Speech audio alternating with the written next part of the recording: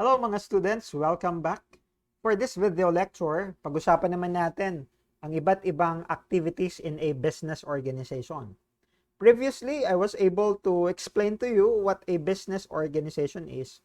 Sa ngayon naman, let's discuss what are the different activities that may take place in a business organization.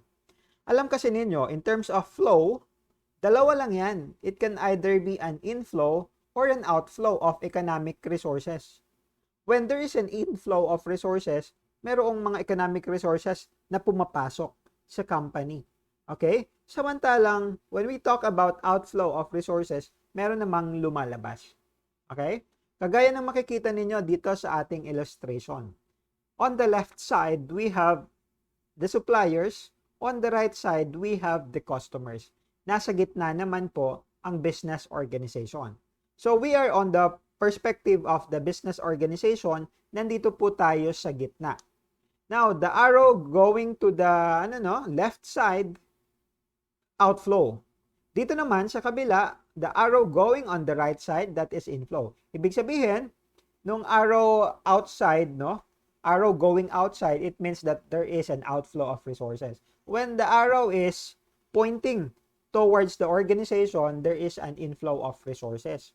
Let's take for example, the business organization purchase supplies for cash. Meron tayong binili ng mga office supplies. Naglabas tayo ng pera. Kunwari na lang 10,000 pesos. Nagbayad tayo. Naglabas tayo ng 10,000 pesos. There is an outflow of resources in the form of cash. But because of the purchase that we did, meron naman tayong papasok na economic resources in the flow of the office supplies. So basically, there is an exchange of transaction.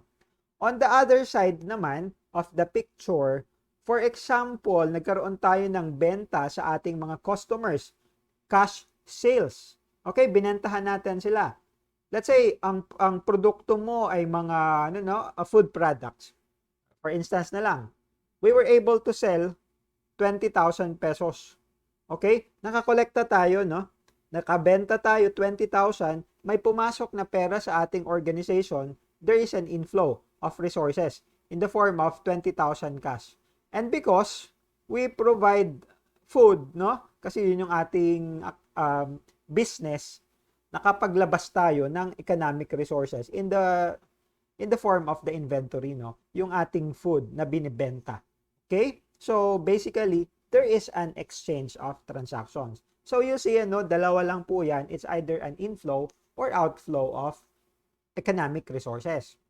Now, in terms of activity type, makakategorize po natin ang mga activities in a business organization into three. We have the operating activities, we have the investing activities, and then we have the financing activities.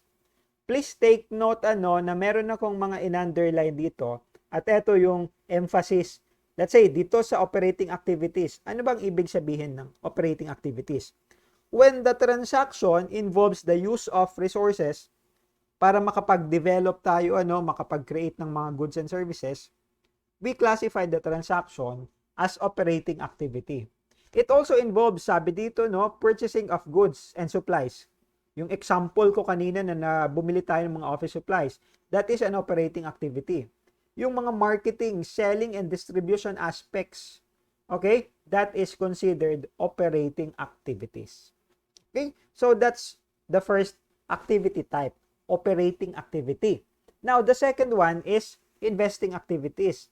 When we talk about investing activities, this involves activities that use long-term resources. Kung bumili ka ng equipment, kung bumili ka ng mga lupain, gagamitin mo ito sa pagpapatayo ng iyong building, gagamitin mo pang office or para sa iyong organization. Kung ano man yung nature ng industry, ano ba yung business ninyo. That is investing activity. Okay?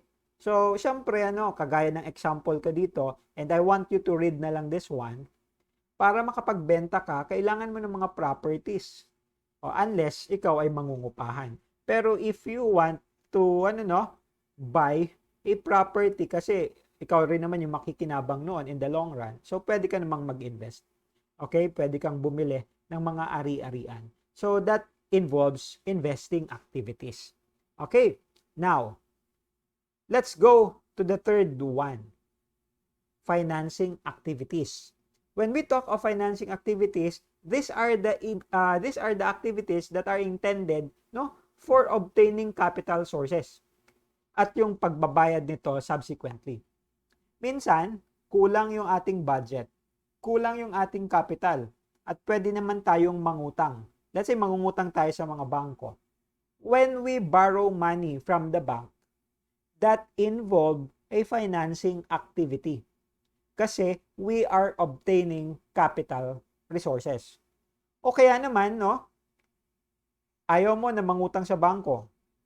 Personally, ikaw yung may-ari, meron ka namang personal money pa, personal resources, you can add, you can invest additionally, ano? So, nagkaroon ka ng capital investment sa iyong negosyo. That is considered also a financing activity.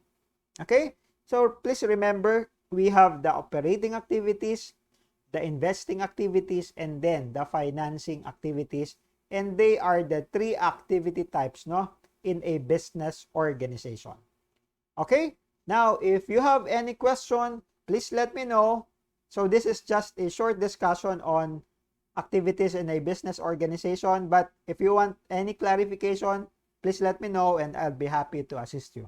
Until the next video lecture, bye-bye.